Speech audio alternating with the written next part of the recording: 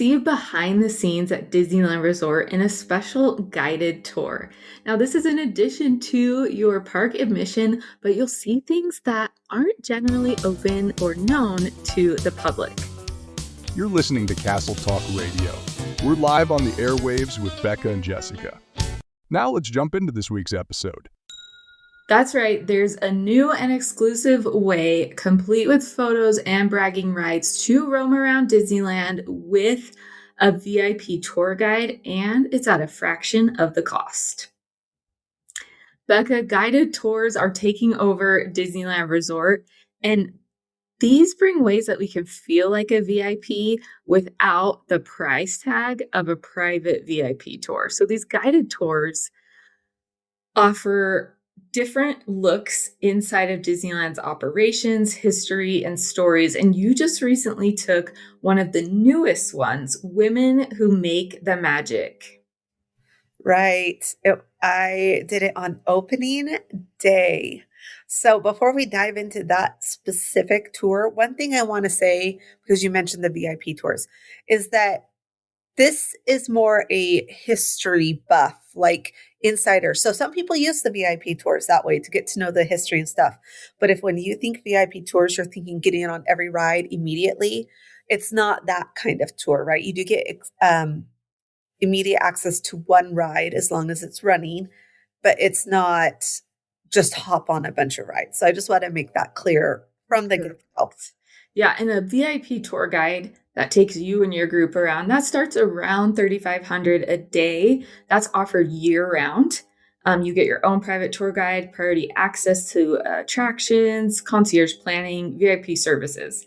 But these ones are a taste of that. So I'm going to name off some of them that they have throughout the year. We'll kind of touch on them, but mostly we'll talk about the most recent one that Becca went on. So throughout the year, they offer these off and on. So one of the main ones has always been Walt's Main Street Story. It used to be called something else, but the gist of that is you learn a lot about Walt Disney, his impact in the parks, and different things about his life. A lot of times you'll get to go see his apartment over the fire station on Main Street. And the last time they ran that one was about $160 per person. And again, this is in addition to your park admission.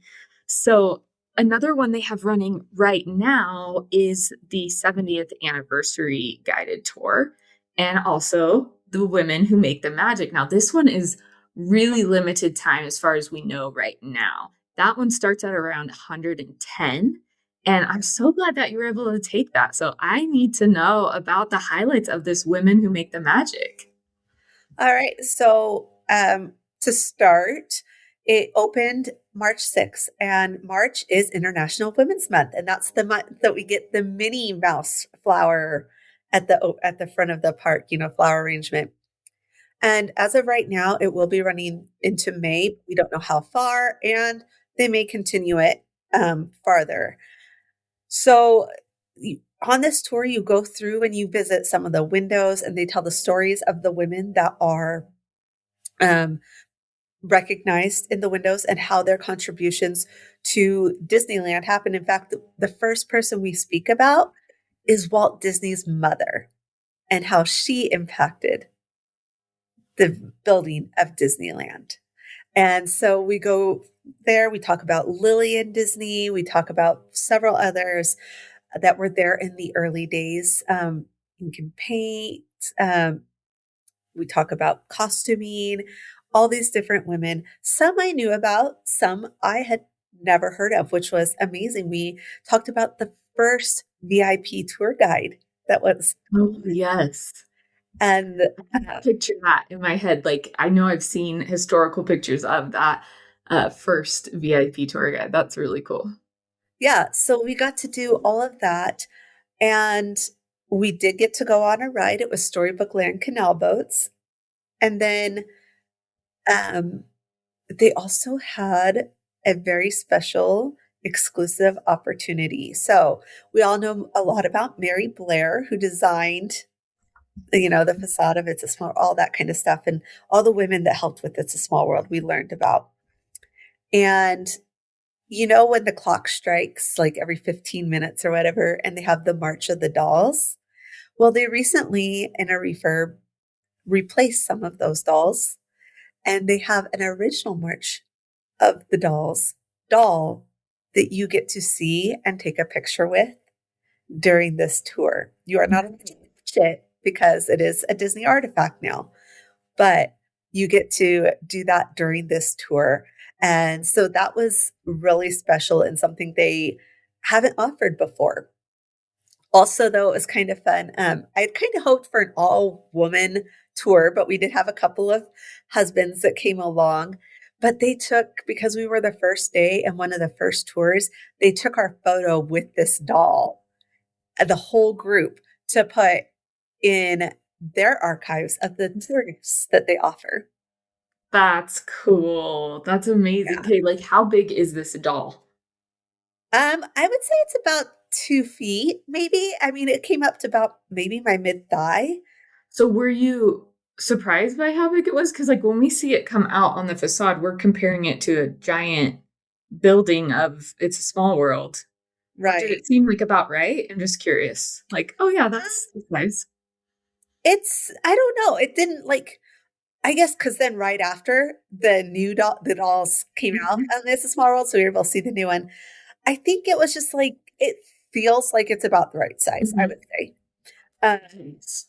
So it was really great. And of course, we got a few souvenirs. They gave us a treat.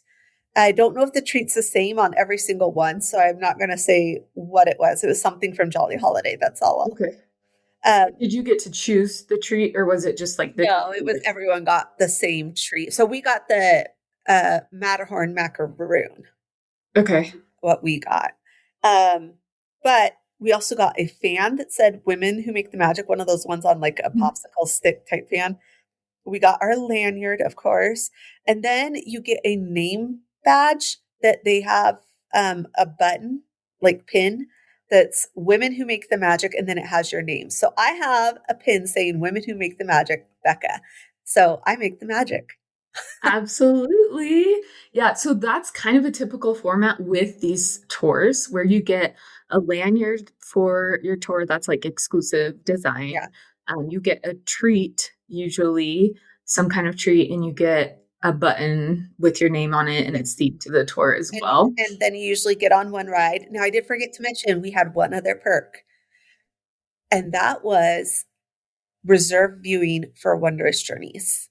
No way. Yes. And it was so where the partner statue is, we were Mhm. at that little hub, you know, they have people walking around the partner statue, but we were right at like behind the partner statue. So we saw Walt and Mickey and then Mhm. the castle behind it. Now, on the day we were there, it was really windy, so the firework part was canceled, but it will be a great view for anyone that goes. And it wasn't crowded, and we were able to show up. We showed up like 20 minutes before fireworks were scheduled to start. And it was great. Like we were right on the rope. There weren't very many people there, but I think it's because we knew basically fireworks probably weren't going to happen.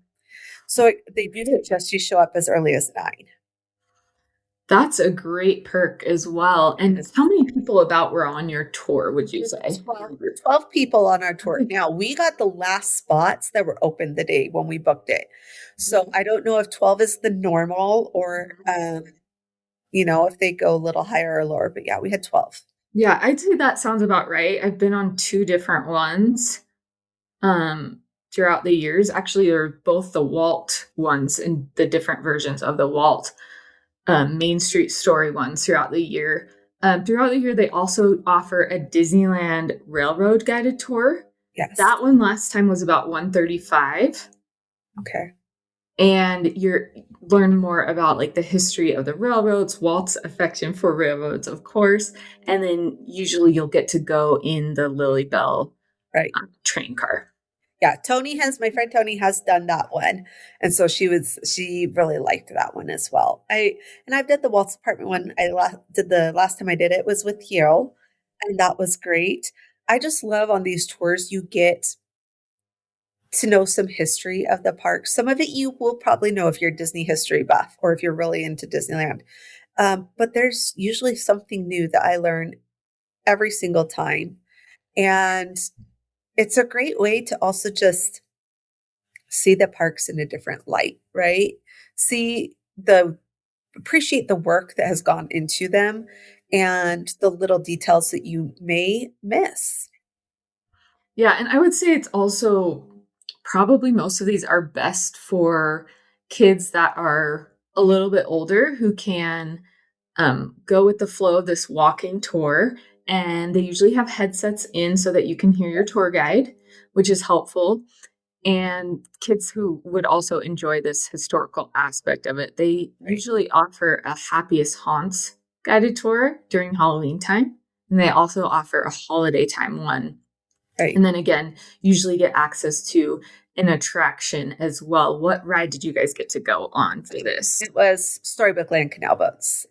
And Very nice. it was great. Like we got to do that and we really, really enjoyed it. And we also enjoyed like just all the little things we got to learn. It was great.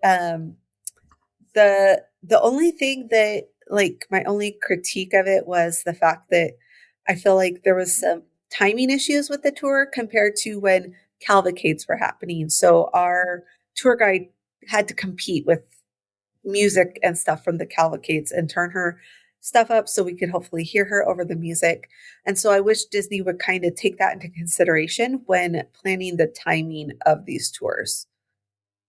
Yeah, that's smart. And you can also kind of look at things when you're picking like your time, but obviously, sometimes it doesn't. It's you're gonna have Yeah, conflicts because there's so much going on in the parks.